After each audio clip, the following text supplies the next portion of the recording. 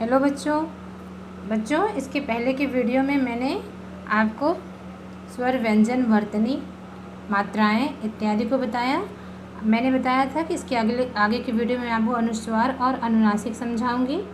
आइए देखते हैं अनुस्वार क्या है और अनुनासिक क्या है। अनुस्वार है पांचों नासिक के व्यंजनों जैसे अंग जो नाक से बोले जाते हैं उन्हें क्या कहते हैं?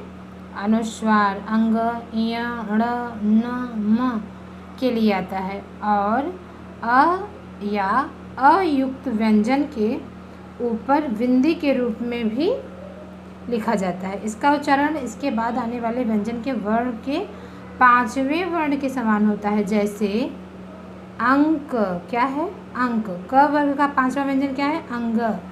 जैसे अंग बोलते हैं उसी तरह क्या कहते हैं? अंक। इसका उच्चारण कैसा होता है?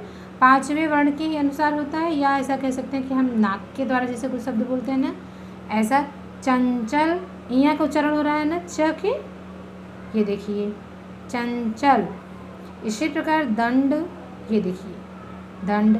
संत, संत आधा न के रूप में भी पांचवा अक्षर है ना, ये अड़ा भी पांचवा अक्षर है, न भी पांचवा अक्षर है। पंप में प भी क्या है? आधा। अरे म क्या है? पांचवा अक्षर है। किंतु य, र, ल, व, श, ख, स, ह के पहले अनुस्वार अपने मूल रूप में ही लिखा जाता है, जैसे संयम, हंस आदि। ये जो है जैसे य, र, ल, व, श, ख, स, ह के पहले अनुस्वार को क्या लिखेंगे? अपने मूल रूप में। देखिए यहाँ संयम। ठीक है। अब क्या आया हेडिंग? अनुनासिक स्वर। री को छोड़कर शेष सभी नासिक नाक से बोले जा सकते हैं, तब उन्हें हम अनुनासिक स्वर कहते हैं। अनुनासिक का संकेत चंद्र बिंदु, ये देखिए चंद्र बिंदु है ना यहाँ पे, है जो वर्ण के माथे पर लगते हैं।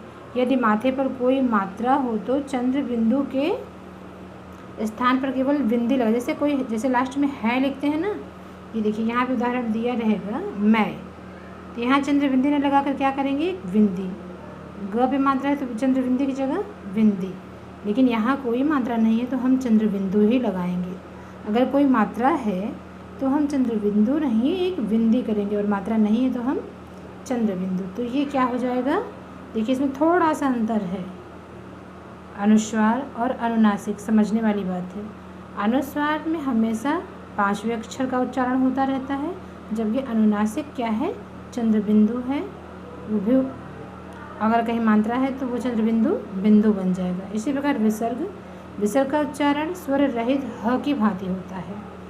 ह यानी कि आधा, इसमें जिसमें ह अ का उच्चारण ना होता हो, स्वर रहित व्यंजन की भांति होता है। इस प्रकार केवल संस्कृति के तत्सम शब्दों में होता है। जैसे प्रातः है ना, तो जब ह हटाएंगे प्रातः, अतः, प्रायः आदि, ये सब क्या हो गए?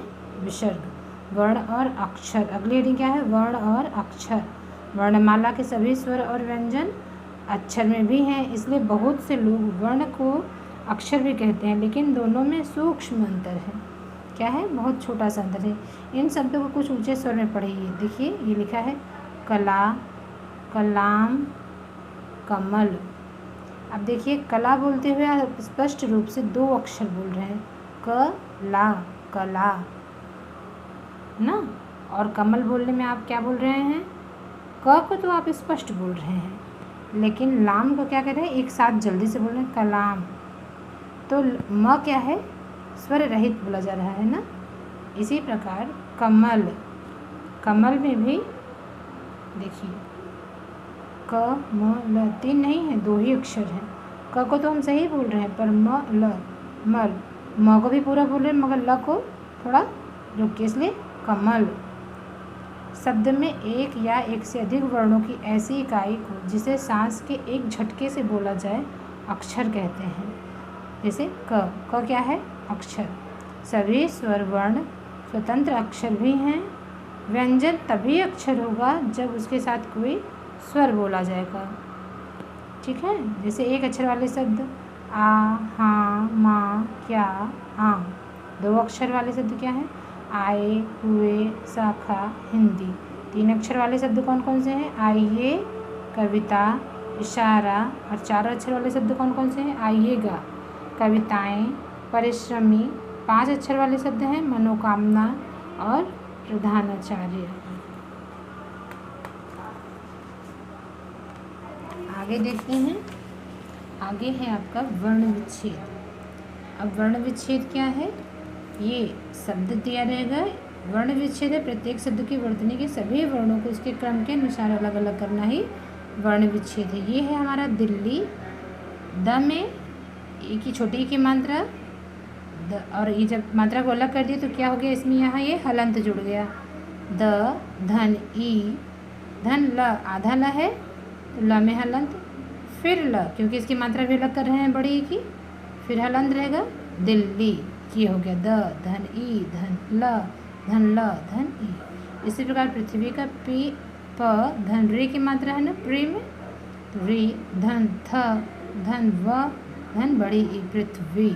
इसी प्रकार आपको व्याकरण दिया गया है, विज्ञान दिया गया है, मुंबई दिया गया है, रक्षा दिया गया है, परिश्रम का भी संधि विच्छेद वर्ण विच्छेद किया गया है, रात्रि का वर्ण विच्छेद किया गया है। इसी प्रकार आप और शब्दों का एक्सरसाइज करेंगे तो वर्ण विच्छेद बहुत अच्छे तरीके से आपको समझ में आएगा। अब देखिए उच्चारण की कुछ अन्य विशेषताएं। कुछ शब्दों को हम उच्चारण कुछ और करते हैं, लिख कुछ और देते हैं। ये देखिए, प्रायः कहा जाता है कि हिंदी को जैसा बोलते हैं वैसा ही लिखते हैं, जैसा लिखते हैं वैसा ही पढ़ते हैं। यह बात पूरी सही नहीं है। देखिए, निम्नलिखित कुछ बिंदुओं पर ध्यान दें जहाँ उच्चारण लिखने में अंतर है। पदांत अ शब्द के अंत में अस्वर वर्तनी में है परंतु बोला नहीं जाता, जैसे राम, अ बोला जा रहा है पर कहीं लिखा है नहीं। धन पर अ नहीं लिखा है ना, धन। सुख, काम, काज, ये क्या है? अशब्दी अंतर है ना, पदांत का अ शब्द का अंतर। ऐसे शब्द एक अक्षर वाले हैं क्योंकि